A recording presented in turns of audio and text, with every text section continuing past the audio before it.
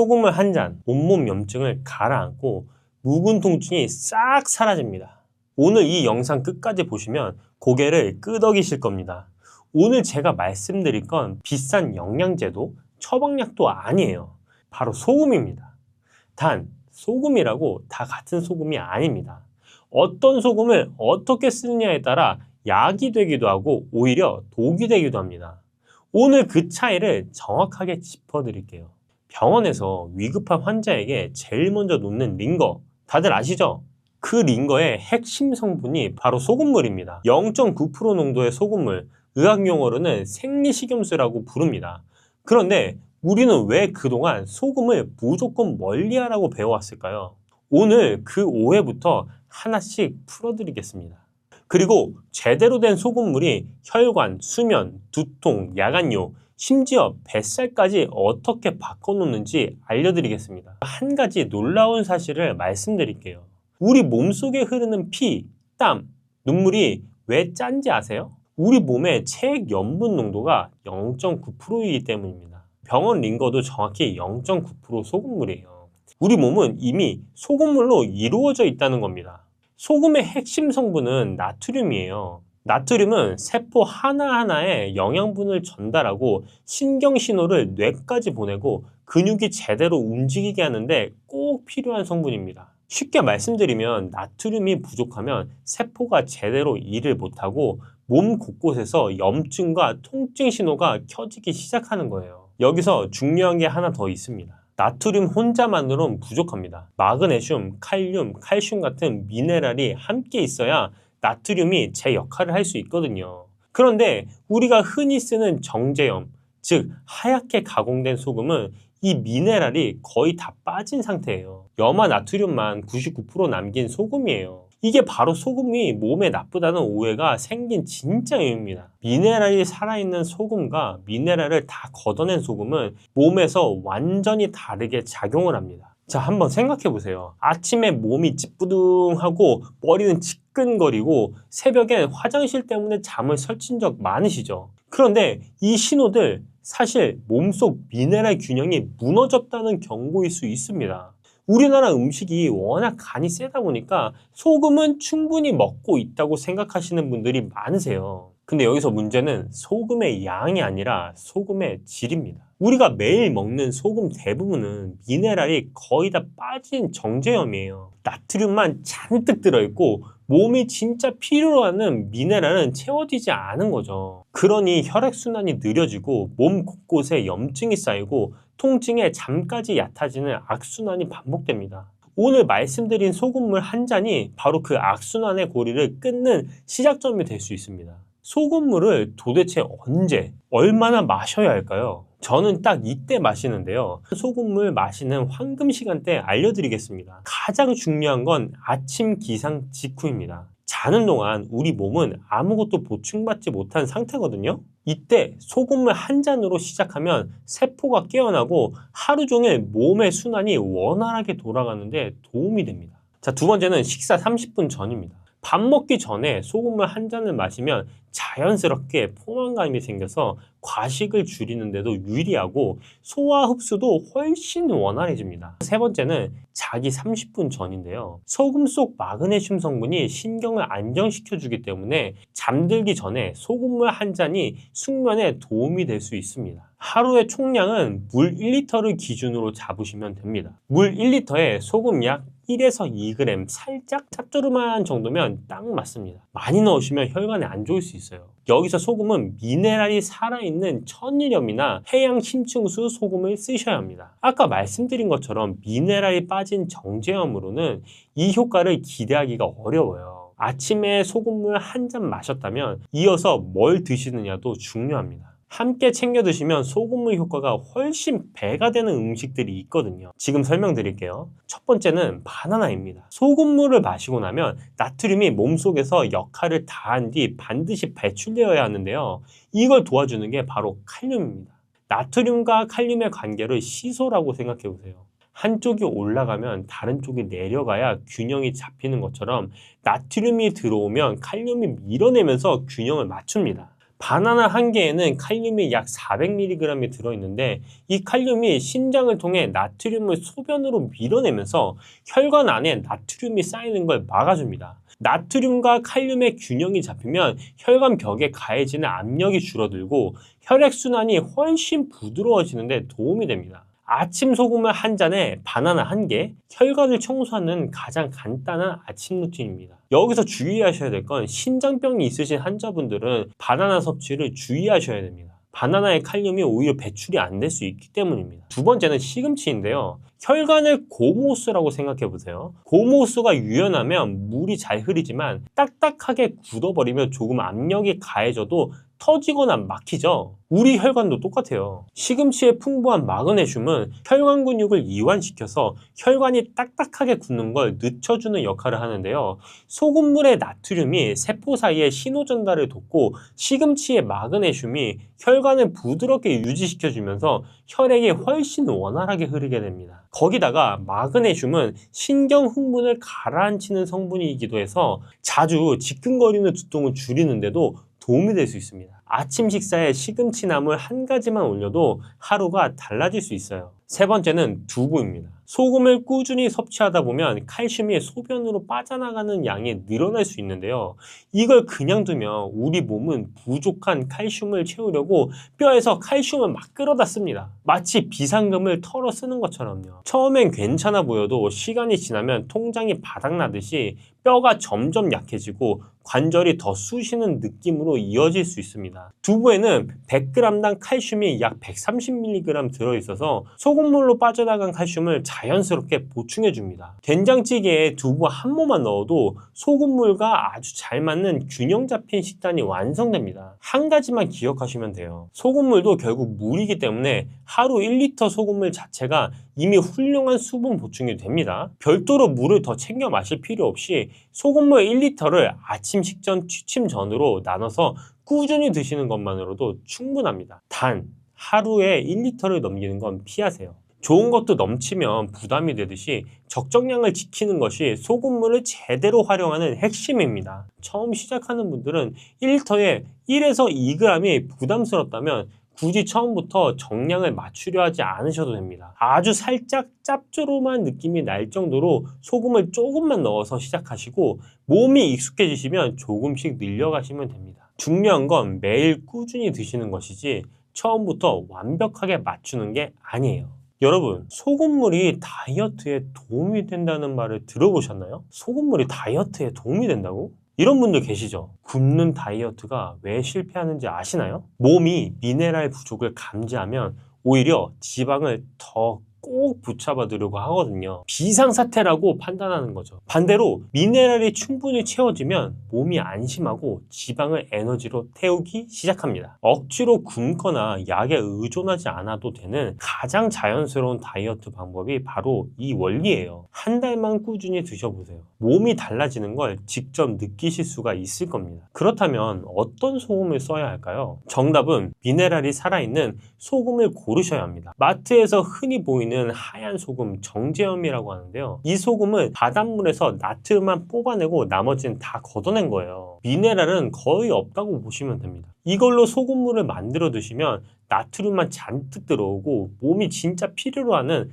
마그네슘, 칼륨, 칼슘은 하나도 채워지지 않아요. 천일염이나 해양 심층수 소금이 대표적인데요. 천일염은 염전에서 햇볕과 바람으로 자연 건조한 소금으로 미네랄이 함께 남아 있습니다. 해양 심층수 소금은 수백 미터 아래 깊은 바다에서 끌어올린 물로 만든 소금인데요. 이 표층 바닷물보다 오염이 적고 미네랄 함량이 높아서 소금물로 활용하기에 가장 좋습니다. 제가 이번에 준비한 소금이 이 MQ 눈소금인데요. 뭐 쓰냐고 물어보시는 분들이 많아서 오늘 처음으로 공개하는 겁니다. 제가 매일 아침 소금물 챙겨 마실 때 쓰는 소금이 바로 이겁니다. 꾸준히 먹다 보니 이것만 쓰게 되더라고요. 해양 심층수로 만든 소금이라 미네랄 함량이 높고 물에 잘 녹아서 흡수도 좋습니다. 마그네슘, 칼륨, 칼슘이 제대로 들어있는 소금이에요. 찾기 어려우신 분들은 제가 링크 하나 남겨드릴게요. 실제로 아침에 일어났을 때 몸이 가볍고 머리가 맑아졌다고 하시는 분들이 있습니다. 한 달쯤 지나니까 주변에서 얼굴 혈색이 좋아졌다고 먼저 알아채더라고 하시는 분들, 오래 걸어도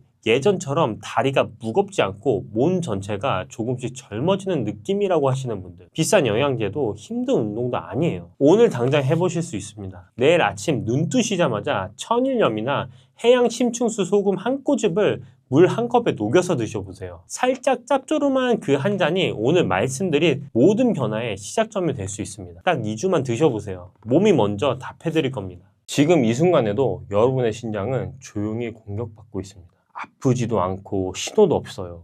그냥 묵묵히 일을 하면서 서서히 망가지고 있는 거죠. 신장이라는 기관은요, 절반이 손상될 때까지 아무런 증상도 나타나지 않아요. 그냥 아무렇지 않은 거예요. 그래서 더 무서운 겁니다. 오늘은 그 공격의 주범이 되는 음식들을 10위부터 시작해서 1위까지 차례대로 낱낱이 알려드리려고 합니다. 그런데 여기서 정말 중요한 게 있어요. 지금 제가 말씀드린 음식들 중에서 어르신들이 매일 드시는 것들이 분명히 포함되어 있거든요. 설마 이게? 라고 생각하실 수도 있어요. 하지만 끝까지 보시고 나면 오늘 저녁 밥상이 다르게 보이실 겁니다. 그럼 10위부터 시작해 보겠습니다. 10위는 튀김류, 패스트푸드, 마가린 이런 고지방 식품들입니다. 이건 뭐 당연한 거 아닌가요? 하실 수도 있어요. 그런데 이게 신장을 망치는 방식이 생각하시는 것과 좀 달라요. 고지방 식품이 신장을 직접 공격하는 건 아닙니다. 대신 아주 교활한 방식으로 신장을 망가뜨려요. 경로를 보시면 이렇습니다. 튀김이나 패스트푸드를 자주 드시면 살이 찌죠. 살이 찌면 혈압이 올라갑니다. 혈압이 올라가면 신장 안에 미세혈관이 손상되기 시작해요. 이게 반복되면 결국 신장이 망가지는 거예요. 직접 공격은 아니지만 결과는 똑같습니다. 여기서 한 가지 더 알아두셔야 할 게 있어요. 신장암의 20% 정도가 비만과 직접적인 관련이 있다는 연구 결과가 있거든요. 비만이 단순히 혈압만 올리는 게 아니라 암까지 연결된다는 겁니다. 그리고 패스트푸드는 지방만 문제가 아니에요. 치킨 한 마리, 햄버거 세트 한 끼를 보시면 고지방에 고나트륨, 거기다 인산 첨가물까지 동시에 들어있어요. 신장 입장에서는 세 방향에서 동시에 공격을 받는 셈이죠. 이게 10위지만 결코 가볍게 보시면 안 되는 이유가 바로 여기에 있습니다. 자, 9위는 멸치, 마른 오징어,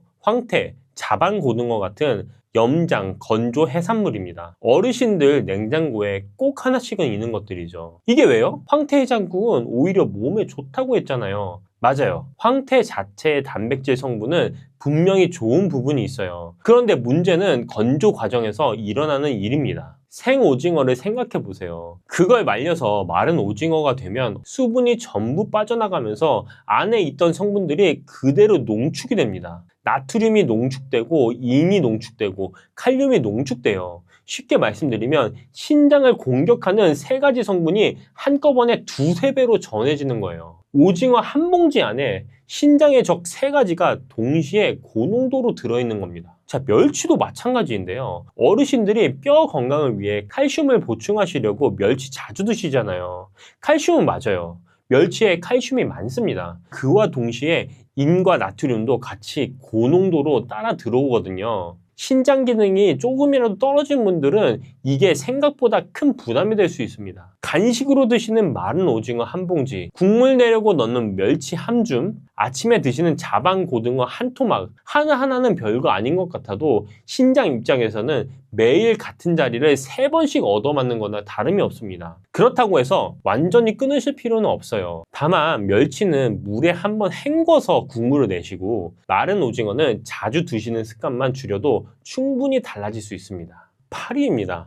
이번 건 아마 진짜 깜짝 놀라셨을 거예요. 바나나, 아보카도, 오렌지, 토마토 등의 과일입니다. 잠깐만요. 이게 왜 나와요? 의사 선생님이 과일 챙겨 드시라고 했는데요? 맞아요. 건강한 분들한테는 이 과일들이 정말 좋은 음식이에요. 문제는 신장 기능이 떨어지기 시작한 분들한테는 이야기가 완전히 달라진다는 겁니다. 이 과일들의 공통점이 뭔지 아세요? 칼륨이 아주 풍부하다는 거예요. 칼륨은 원래 우리 몸에 꼭 필요한 성분이에요. 심장 박동을 조절하고 근육이 제대로 움직이게 해주는 중요한 미네랄이죠. 건강한 신장은 혈액 속에 칼륨이 너무 많아지면 알아서 걸러내서 소변으로 내보내거든요. 근데 신장 기능이 떨어지면 칼륨을 제대로 걸러내지 못합니다. 혈액 속에 칼륨이 계속 쌓이기 시작하는 거죠. 그러면 어떻게 되냐면요. 처음에는 피로감이 오고 근육에 힘이 빠지는 느낌이 들어요. 그러다 심해지면 부정맥이 옵니다. 심장 박동이 불규칙해지는 거예요. 더 심각해지면 심장 마비까지 이어질 수 있어요. 건강을 위해 매일 챙겨 드시면 과일이 신장 상태에 따라서는 독이 될 수 있다는 거 꼭 기억해 주세요. 그렇다면 어떻게 하면 될까요? 과일을 아예 끊으실 필요는 없습니다. 칼륨 함량이 상대적으로 낮은 사과나 배로 바꿔보세요. 바나나 1개 대신 사과 반 개, 이것만으로도 신장에 가는 부담이 확 줄어듭니다. 토마토나 감자처럼 칼륨이 많은 채소는 끓는 물에 한번 데쳐서 드시면 칼륨이 물에 빠져나가서 훨씬 안전하게 드실 수 있습니다. 치리도 파리 못지않게 놀라실 겁니다. 치즈, 우유, 견과류입니다. 아니, 이거 진짜 왜요? 골다공증 예방하려고 매일 챙겨 먹는 건데요? 그렇죠. 어르신들이 뼈 건강을 위해 가장 열심히 챙기시는 음식들이에요. 그런데 신장 기능이 떨어진 분들한테는 이게 오히려 역효과가 날 수 있어요. 이 음식들의 공통점은 영어로 포스포러스라는 성분이 풍부하다는 거예요. 이는 원래 뼈를 튼튼하게 만드는데 꼭 필요한 미네랄이에요. 건강한 신장은 혈액 속 인이 너무 많아지면 걸러서 내보내는데 신장 기능이 떨어지면 이걸 제대로 못해요. 인이 혈액 속에 쌓이기 시작하는 거죠. 그러면 어떻게 되냐면요. 피부가 심하게 가렵기 시작해요. 뼈가 약해지고 심혈관 질환 위험도 올라갑니다. 뼈를 지키려고 먹는 음식이 오히려 뼈를 망가뜨리는 아이러니한 상황이 생기는 거예요. 그렇다면 어떻게 하면 될까요? 치즈나 우유를 완전히 끊으실 필요는 없습니다. 대신 절반은 두부로 바꿔보세요. 두부는 동양의 치즈라고 불릴 만큼 칼슘은 유제품 못지않게 풍부하면서 신장에 부담을 주는 인 함량은 훨씬 낮거든요. 우유 한 잔을 두부 한 모로 바꾸는 것, 그것만으로도 신장이 한결 편해집니다. 견과류도 마찬가지예요. 인 함량이 낮은 마카다미아나 잣으로 바꿔보시면 영양은 챙기면서 신장 부담은 줄이실 수 있어요. 자, 유기는 요즘 어르신들 사이에서 정말 많이 찾으시는 것 중에 하나예요. 바로 단백질 보충제 프로틴 쉐이크입니다.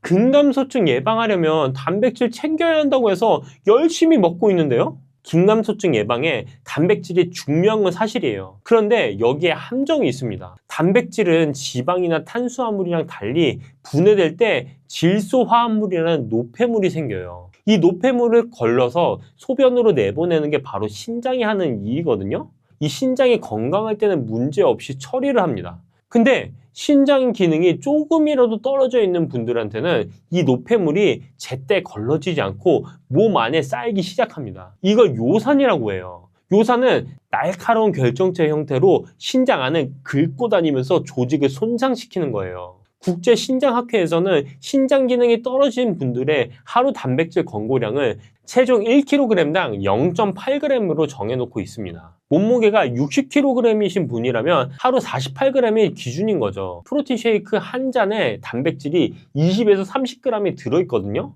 여기다 고기까지 드시면 하루 기준을 훌쩍 넘어버리는 거예요. 그렇다면 어떻게 하면 될까요? 단백질을 아예 끊을 필요는 없어요. 대신 프로틴 쉐이크보다는 달걀이나 두부, 생선 같은 자연식품으로 단백질을 채워보세요.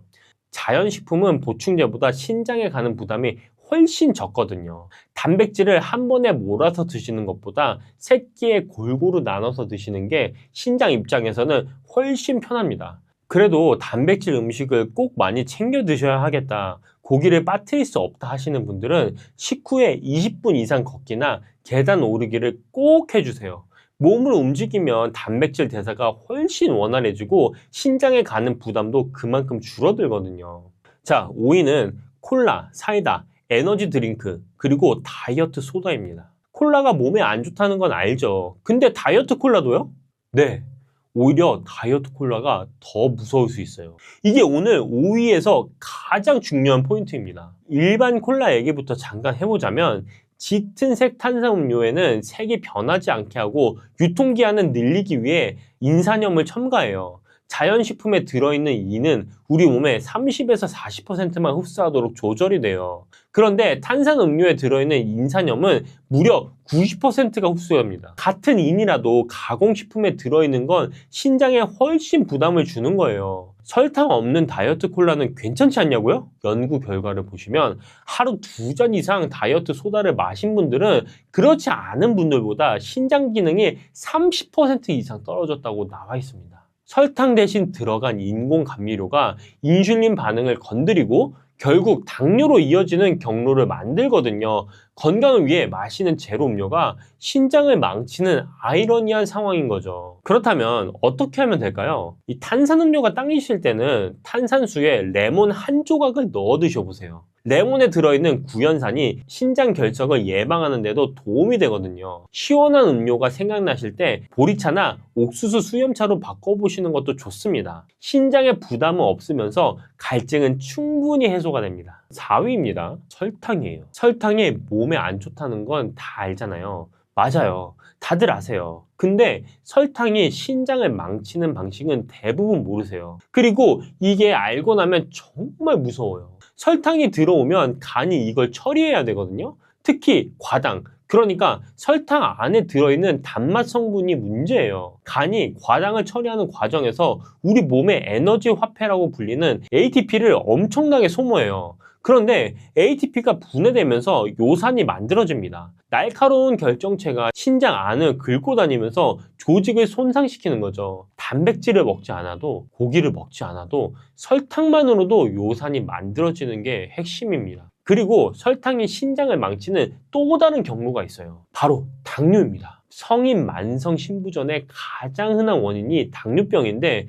최근에는 그 비중이 전체의 50%까지 올라왔어요. 투석 환자 2명 중 1명이 당뇨 때문이라는 얘기거든요. 혈액 속에 당이 높은 상태가 계속되면 신장의 미세혈관이 서서히 손상되고 결국 신장이 제 기능을 못하게 되거든요. 달콤하게 당기시는 건 자연스러운 현상입니다.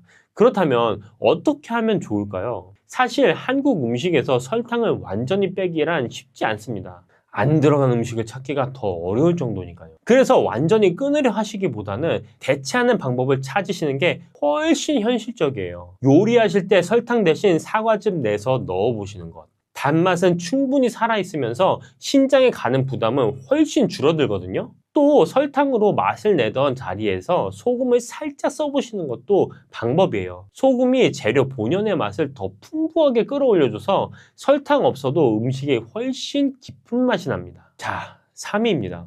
어떻게 보면 당연한 걸 수도 있는데요. 알코올이에요. 술은 당연히 몸에 안 좋은 거 아닌가요? 맞아요. 다들 아세요. 그런데 술이 신장을 망치는 방식이 생각하시는 것보다 훨씬 더 직접적이고 무서워요. 알코올이 들어오면 제일 먼저 탈수가 시작됩니다. 술을 마시면 소변이 자꾸 마려워지잖아요. 몸 안에 수분이 빠져나가는 거예요. 신장은 혈액을 걸러내는 기관인데 걸러낼 수분이 부족해지면 그만큼 더 무리해서 일을 해야 합니다. 거기다 알코올이 분해될 때 젖산이라는 물질이 만들어지는데 이 젖산이 신장에서 요산이 빠져나가는 길을 막아버려요. 요산이 소변으로 배출되지 못하고 몸 안에 쌓이기 시작하는 거예요. 탈수까지 겹치면 혈액이 더 진해지면서 요산 농도가 더 높아지고요. 특히 맥주는 효모에서 나오는 퓨린이라는 성분이 직접 요산으로 바뀌기 때문에 더 위험합니다. 맥주 드시는 분들 중에 통풍으로 고생하시는 분들이 많은 이유가 바로 여기에 있습니다. 자, 그런데 여기서 정말 충격적인 이야기를 하나 드려야 할 것 같아요. 술을 마시고 한쪽으로 뻗어서 주무신 적 있으신가요? 피곤해서 이렇게 잠든 것 같지만 그 순간 신장이 위험에 처할 수 있습니다. 한쪽으로 오래 누워있으면 눌린 쪽 근육에 피가 통하지 않습니다. 그러면 근육이 파괴되면서 독소가 한꺼번에 혈액으로 쏟아져 나오는데 이걸 황문근 융해증이라고 해요. 이 독소를 신장이 한꺼번에 다 걸러내야 하는 거예요. 이게 급성 신부전으로 이어질 수도 있고 급성 신부전은 사망률이 20%에 달합니다. 술 한 잔이 이런 결과로 이어질 수 있다는 겁니다. 자, 그렇다면 어떻게 하면 좋을까요? 술자리를 완전히 피하기 어려우신 분들은 술을 마시는 동안 물을 한 잔씩 번갈아 드셔보세요. 탈수를 막는 것만으로도 신장 부담이 크게 줄어들거든요. 그리고 술을 드셨을 때는 절대 한쪽으로 뻗어서 주무시면 안 됩니다. 이것만 기억하셔도 신장을 지키시는데 큰 도움이 됩니다. 자, 2위입니다. 햄, 베이컨, 소세지, 어묵, 육포. 우리 밥상에 정말 자주 보이는 것들이죠. 이게 2위나 돼요? 네, 2위입니다. 이유를 들으시면 고개가 끄덕여지실 거예요. 가공육이 무서운 이유는 딱 세 가지가 한꺼번에 들어왔기 때문이에요. 나트륨, 인산염 첨가물, 그리고 질산염이에요. 하나씩 설명을 드리겠습니다. 먼저 나트륨인데요. 스팸 한 캔에 나트륨이 무려 4000mg이 넘게 들어있어요. 하루 권고량이 2000mg인데요. 스팸 한 캔만으로 그 2배를 넘겨버리는 거예요. 그 다음은 인산염 첨가물인데요. 가공육에는 맛과 식감을 살리고 유통기한을 늘리기 위해 인산염을 인위적으로 넣거든요. 이 인공 인산염은 자연식품에 들어있는 인보다 흡수율이 2배 이상 높아져요. 90%라고 말씀드렸죠. 신장에 가는 부담이 그만큼 크다는 겁니다. 마지막으로 질산염이에요. 가공육의 색을 이쁘게 유지하기 위해 넣는 건데 이게 신장 조직에 염증을 일으키고 흉터를 만듭니다. 스팸, 어묵, 소세지, 반찬으로 술안주로, 간식으로 자주 드시잖아요. 한 번에 조금씩이라도 매일 드시면 신장 입장에서는 세 방향에서 매일 공격받는 거나 다름이 없습니다. 그렇다면 어떻게 하면 될까요? 가공육 대신 두부조림이나 생선구이로 바꿔보시는 것도 좋습니다. 단백질은 충분히 채우면서 신장에 가는 부담은 훨씬 줄어들어요. 어묵 대신 직접 만든 생선전도 좋은 대안입니다. 완전히 끊기 어려우신 분들은 드시기 전에 끓는 물에 한두 번 데쳐서 드셔도 좋습니다. 나트륨과 첨가물이 상당 부분 빠져나와서 신장 부담을 확실히 줄이실 수 있습니다. 자, 대망의 1위인데요. 1위가 뭘까요? 한번 맞춰보시겠어요? 바로 발효 영양식품들이에요. 된장, 간장, 고추장, 젓갈, 장아찌, 자반생선, 우리 밥상에서 절대 빠질 수 없는 것들이죠. 아니, 된장이 왜요? 된장은 몸에 좋다고 했잖아요. 맞는 말씀이에요. 된장 자체의 발효 성분은 분명히 이로운 부분이 있어요. 근데 문제는 그 안에 들어있는 나트륨이에요. 2023년 기준으로 우리나라 사람들이 하루에 섭취하는 나트륨 평균량이 얼마인지 아시나요? 3136mg입니다. 세계보건기구 WHO에서 하루 권고량으로 정해놓은 게 2000mg인데 그것의 무려 1.6배를 매일 먹고 있는 거예요. 그럼 이 나트륨이 신장을 어떻게 망치는지 설명해 드리겠습니다. 나트륨이 과도하게 들어오면 우리 몸은 갈증을 느끼고 물을 더 마시게 돼요. 체내에 소금과 물이 동시에 늘어나는 거죠. 자연스럽게 혈압이 올라가고요. 그리고 높아진 혈압이 신장 안에 있는 아주 가느다란 미세혈관에 직접적으로 압력을 가합니다. 이게 수십 년 반복되면 신장이 서서히 굳어가고 기능을 잃어가는 거예요. 더 무서운 건 이게 얼마나 빠르게 쌓이느냐예요. 젓갈 한 스푼, 된장찌개 한 그릇이면 하루 나트륨 권고량의 절반이 넘어버려요. 거기다 김치에, 국에, 반찬에 한 끼만 드셔도 이미 하루 기준량을 훌쩍 넘는 경우가 대부분입니다. 그렇다면 어떻게 하면 될까요? 된장찌개를 아예 끊으실 필요는 없습니다. 국물을 절반만 남기시는 것부터 시작해 보세요. 간장이나 소금으로 간을 하실 때는 넣기 전에 먼저 한번 맛을 보시는 습관만 들이셔도 나트륨 섭취량이 눈에 띄게 줄어들거든요. 그리고 국이나 찌개를 끓이실 때 다시마 멸치 육수 대신에 무나 양파 육수를 써보세요. 나트륨 없이도 깊은 맛은 충분히 나면서 신장 부담은 확 줄어듭니다. 자, 오늘 10위부터 1위까지 신장을 망치는 음식들 쭉 살펴봤는데 어떠신가요? 설마 이게? 라고 생각하셨던 음식들이 몇 가지 있으시죠? 제가 여기서 퀴즈 하나 드리겠습니다. 신장을 망치는 음식 7위는 뭐였을까요? 상단에 있는 퀴즈를 한번 맞춰보세요. 오늘 제가 드리고 싶은 말씀은 이거예요. 이 음식들을 당장 다 끊으세요. 이게 아닙니다. 현실적으로 불가능하기도 하고 먹는 즐거움을 다 포기하면서까지 살 필요는 없잖아요. 10위부터 1위까지 제가 순위마다 드린 작은 팁 하나씩만 실천해보세요. 작은 것 하나가 10년 뒤에 내 신장을 지켜줍니다. 신장을 한번 망가지면 되돌리기가 정말 어려운 기간이죠. 그리고 아프지 않다고 괜찮다고 방심하시면 안 됩니다. 오늘 영상 처음에 말씀드렸잖아요. 신장은 절반이 망가질 때까지 아무 신호도 보내지 않는다고요. 지금 이 순간이 챙기실 수 있는 가장 좋은 때입니다. 여러분, 양파 좋은 거 다들 아시죠? 그런데 양파를 그냥 드시면 속에 들어있는 좋은 성분의 겨우 5에서 10%만 쓰고 나머지는 몸 밖으로 빠져나갑니다. 금덩이를 손에 쥐고 흘려보내는 것과 같죠.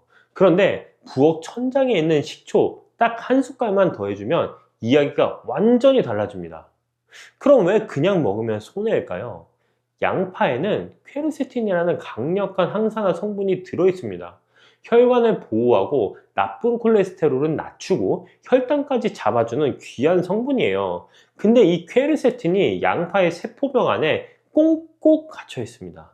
튼튼한 금고 안에 보물을 넣어둔 것과 같아서 아무리 씹어 먹어도 대부분이 흡수 전에 빠져나가 버리는 거죠. 여기에 식초가 들어가면 상황이 달라집니다.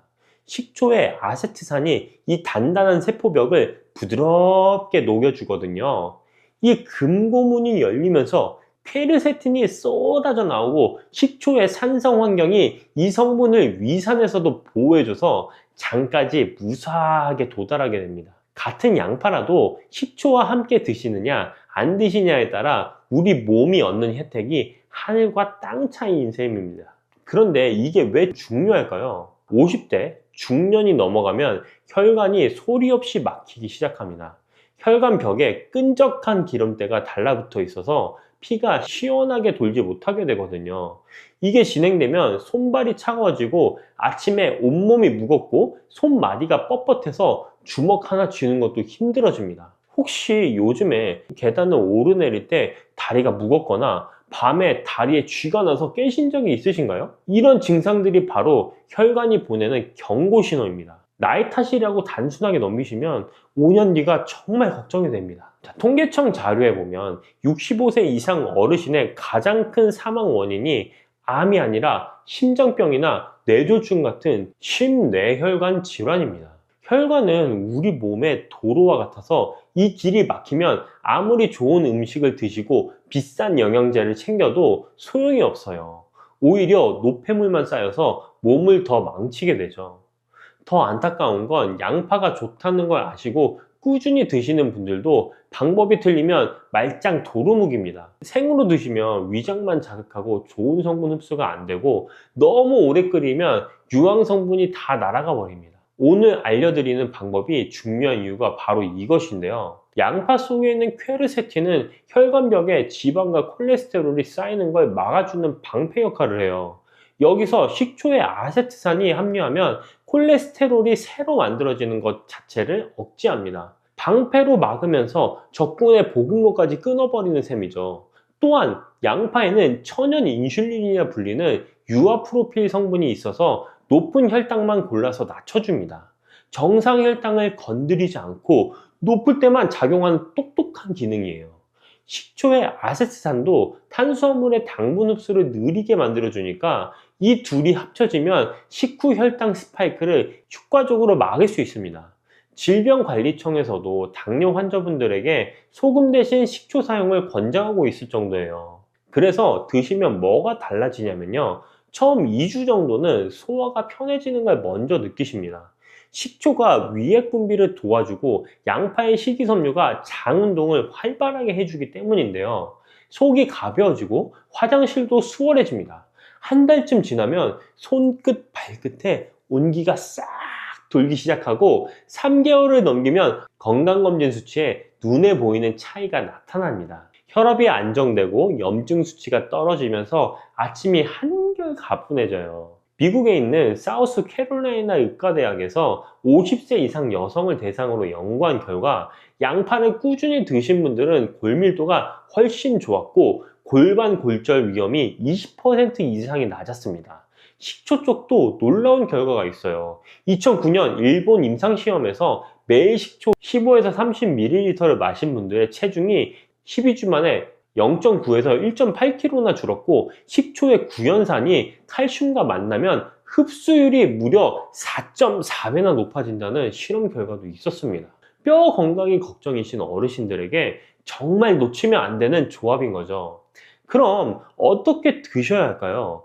가장 간단하면서도 강력한 방법, 특급 레시피 양파 식초 절임부터 알려드리겠습니다. 양파를 얇게 써세요. 딱 15에서 20분만 공기에 노출시켜 주시고요.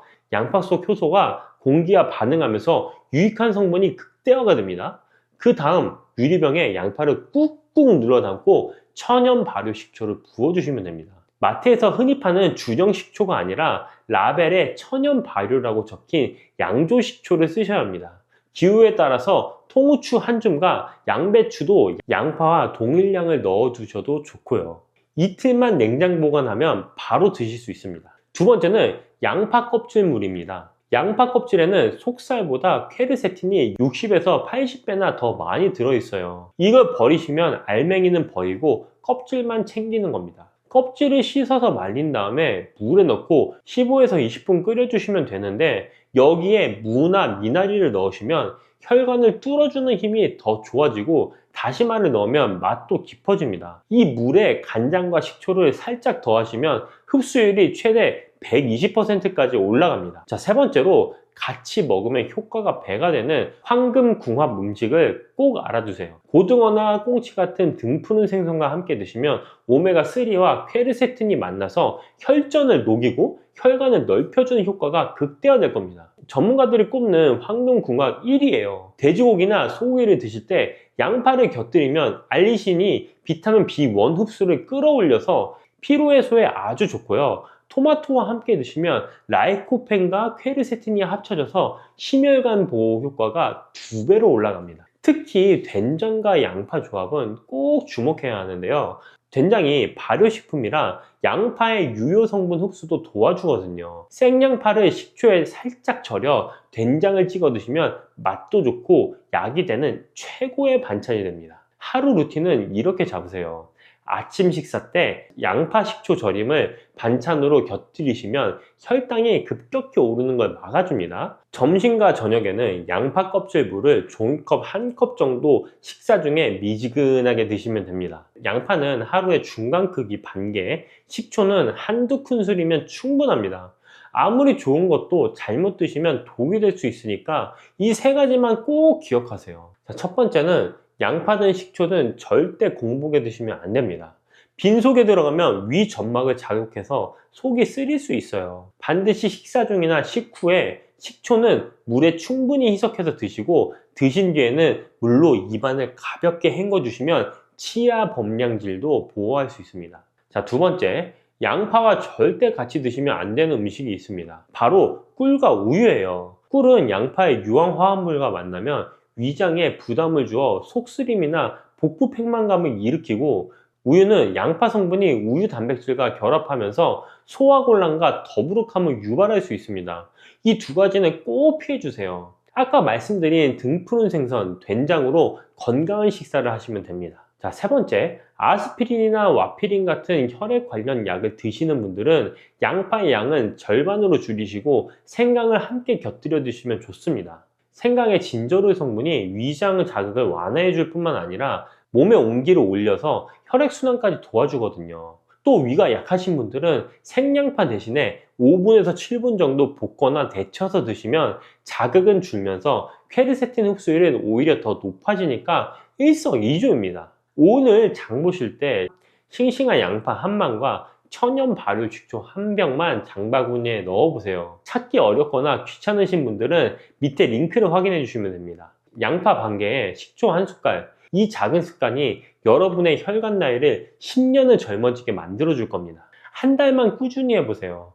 우리 몸은 정직해서 여러분이 쏟은 정성만큼 반드시 건강으로 보답합니다. 어릴 적 생각해 보세요. 가을이면 어머니가 꼭 챙겨주시던 간식이 있었잖아요. 화로 위에 툭툭 소리내며 익어가던 그것, 껍질 까면서 손끝이 까맣게 물들었던 기억 다들 있으시죠? 바로 밤입니다. 그런데 이 밤이요, 그냥 추억의 간식이 아니에요.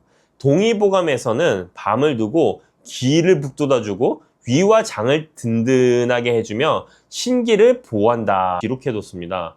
조선시대 의학에서 이렇게 극찬한 식품이 흔치 않거든요. 더 놀라운 건 현대과학이에요. 밤에는 탄수화물, 단백질, 지방, 비타민, 무기질이 모두 들어있어서 학계에서는 5대 영양소 완전 식품이라고 부릅니다. 견과류면서 지방은 호두의 130분의 1밖에 안 되고요. 뇌 건강부터 뼈 건강, 심혈관 건강까지 한 번에 챙길 수 있다는 연구 결과도 있습니다. 오늘은 이 밤 이야기를 제대로 해보려고 합니다. 밤 하나로 골다공증을 예방할 수 있다면 믿으시겠어요? 치매 예방에도 도움이 된다면요. 오늘 저와 함께 밤에 숨겨진 효능을 하나씩 살펴볼 건데요. 어떤 성분이 우리 몸에 어떻게 좋은지, 어떻게 드셔야 효과를 제대로 보시는지, 그리고 꼭 알아두셔야 할 주의사항까지 빠짐없이 알려드리겠습니다. 특히 군밤이냐 생밤이냐에 따라 영양 성분이 완전히 달라진다는 사실 알고 계셨나요? 비타민 C만 놓고 보면 군밤에는 아예 없습니다. 열에 다 파괴되거든요. 기껏 챙겨 드신 게 헛수고가 될 수도 있어요. 함께 먹으면 좋은 음식, 피해야 할 상황까지 오늘 다 정리해 드릴 테니까 끝까지 함께 해주세요. 첫 번째는요, 뼈 건강입니다. 밤 100g에는 칼슘이 19에서 34mg, 마그네슘이 30에서 36mg이 들어 있습니다. 여기에 인이 200mg 이상, 망간은 하루 충분량의 127%나 됩니다. 이 네 가지 미네랄이 함께 작용하면서 뼈를 튼튼하게 만들어줘요. 특히 망간은 뼈 형성에 직접 관여하는 중요한 미네랄인데 밤 100g만 먹어도 하루의 필요량을 넘게 채울 수 있습니다. 골다공증 예방에 밤이 좋다는 말이 괜히 나온 게 아닙니다. 두 번째는 뇌 건강입니다. 밤에는 비타민 B1이 쌀의 4배에서 8배나 들어있습니다. 비타민 B1은 피로해소 비타민으로도 불리는데 뇌 기능과 신경계 건강에 필수적인 영양소예요. 이게 부족하면 기억력이 떨어지고 심하면 베르니케 뇌병증까지 갈 수 있습니다. 엽산도 하루 권장량의 27%가 들어있어요. 엽산은 뇌 활성에 중요한 역할을 합니다. 여기에 폴리페놀이라는 항산화 성분은 혈액과 뇌 장벽을 통과해서 뇌를 직접 보호합니다. 알츠하이머병 발병을 늦추는 효과가 있다는 연구 결과도 있습니다. 세 번째, 심혈관 건강입니다. 밤에 들어있는 갈산과 엘라그라산이라는 성분이 있는데요. 연구에 따르면 이 성분들이 심장병 위험을 27%, 뇌졸중 위험을 24% 감소시킨다고 합니다. 오메가3와 오메가6 지방산도 들어있어서 중성지방과 콜레스테롤 수치를 낮추고 동맥경화를 예방하는 데 도움을 줍니다. BMC 메디슨에 발표한 세 번째 명대상 연구에서도 폴리페놀이 풍부한 식단을 먹은 그룹이 심혈관 질환 위험이 유의미하게 낮았다고 나와 있어요. 네 번째, 면역력 강화입니다. 생밤 100g에는 비타민 C가 최대 40mg까지 들어있습니다. 생밤 10개 정도면 하루 비타민 C 필요량을 채울 수 있어요. 비타민 C는 면역력 강화에 필수적인 영양소인데요. 여기에 비타민 B6도 하루 권장량의 33%가 들어있어서 세균과 바이러스로부터 몸을 보호하는 데 도움을 줍니다. 다섯 번째, 소화 건강입니다. 밤은 다른 견과류와 달리 지방 함량이 0.5g 밖에 안 됩니다. 호두가 65g, 아몬드가 50g인 것과 비교하면 압도적으로 낮죠. 그래서 위장이 약한 분들도 부담 없이 드실 수 있습니다. 동의보감에서도 배탈이나 설사가 있을 때 군밤을 천천히 씹어 먹으면 효험이 있다고 기록해뒀습니다. 밤이 천연지사제 역할을 하는 거예요. 여섯 번째로 피로회복입니다. 비타민 B1이 풍부해서 에너지 생성을 촉진하고 근육에 젖산이 쌓이는 것을 막아줍니다. 쉽게 지치시는 분들에게 밤이 좋은 이유가 여기에 있어요. 이 정도면 밤이 왜 완전 영양식품이라고 불리는지 이해가 되시나요? 그런데 이런 효과를 제대로 보려면 어떻게 드시느냐가 중요합니다. 이 밤을 어떻게 드셔야 효과를 제대로 보실 수 있는지 알려드릴게요. 먼저 조리법에 따른 차이를 아셔야 합니다. 비타민 C 섭취가 목적이라면 생밤이나 삶은 밤을 드세요. 군밤은 높은 열로 굽는 과정에서 비타민 C가 전부 파괴됩니다. 반면 삶은 밤은 비타민 C가 그대로 보존돼요. 그런데 군밤이 나쁜 건 아닙니다. 군밤은 단맛이 56% 더 강해지고 오메가3는 33%, 식이섬유는 38%나 더 많아져요. 목적에 따라 선택하시면 됩니다. 본초 강목에서는 밤 먹는 방법에 대해 이렇게 기록했어요. 생으로 먹는 게 가장 좋고 그 다음이 구워서 먹는 것, 그 다음이 익혀 먹는 것, 찌는 건 가장 덜 좋다고요. 구울 때는 속까지 완전히 익히지 말고 절반 정도만 익혀야 좋다고 했습니다. 섭취량은 하루 5개에서 6개가 적당합니다. 옛 속담에 밤 3톨만 먹으면 보약이 따로 없다는 말이 있을 정도예요. 소량으로도 충분한 효과를 볼 수 있으니까 욕심내지 마시고 적당히 드세요. 섭취 타이밍도 중요합니다. 아침이나 점심 때 드시는 게 좋아요. 저녁 늦게 드시면 소화에 부담이 갈 수 있거든요. 공복보다는 식후에 간식처럼 드시는 걸 추천드립니다. 함께 먹으면 좋은 음식도 있습니다. 단백질이 필요하시면 두부와 함께 드시고요. 반밥을 지을 때 두부요리를 곁들이면 영양 균형이 좋아집니다. 시금치나 미역 같은 철분이 풍부한 음식과 함께 드시면 빈혈 예방에도 도움이 되고요. 보관법도 알아두시면 좋습니다. 생밤은 냉장 보관하시고 가급적 빨리 드시는 게 좋습니다. 오래 두면 벌레가 생기거나 맛이 변할 수 있거든요. 장기 보관하시려면 삶아서 냉동하시면 됩니다. 이거는 활용법도 다양합니다. 밤밥, 밤죽, 밤조림 같은 전통 음식도 좋고 샐러드에 넣어 드셔도 맛있어요. 치아가 불편하신 분들은 밤죽이나 밤스프 형태로 드시면 부담이 적습니다. 술 드시는 분들께는 생밤을 안주로 추천드립니다. 생밤엔 비타민C가 아세트알데히드 생성을 억제하고 알코올 산화를 촉진해서 숙취 해소에도 도움이 됩니다. 단, 군밤은 비타민C가 없으니까 숙취 해소 효과를 기대하기 어렵습니다. 이렇게 좋은 밤이지만 주의하셔야 할 부분도 있습니다. 이 부분은 꼭 기억해 주세요. 첫 번째, 당뇨 환자분들은 섭취량을 조절하셔야 합니다. 밤에는 탄수화물 함량이 33에서 37%로 꽤 높아요. 혈당 부하 지수도 58로 고혈당 부하 식품에 해당됩니다. 몸에 좋다고 많이 드시면 혈당이 급격히 올라갈 수 있으니까 반드시 적정량만 드시길 바랍니다. 두 번째, 신장 질환이 있으신 분들도 주의가 필요합니다.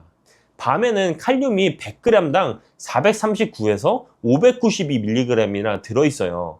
건강한 분들에게는 노폐물 배출에 도움이 되지만 신장 기능이 저하된 분들은 고칼륨 혈증 위험이 있습니다. 드시기 전에 담당 의사 선생님과 상담하시는 게 좋습니다.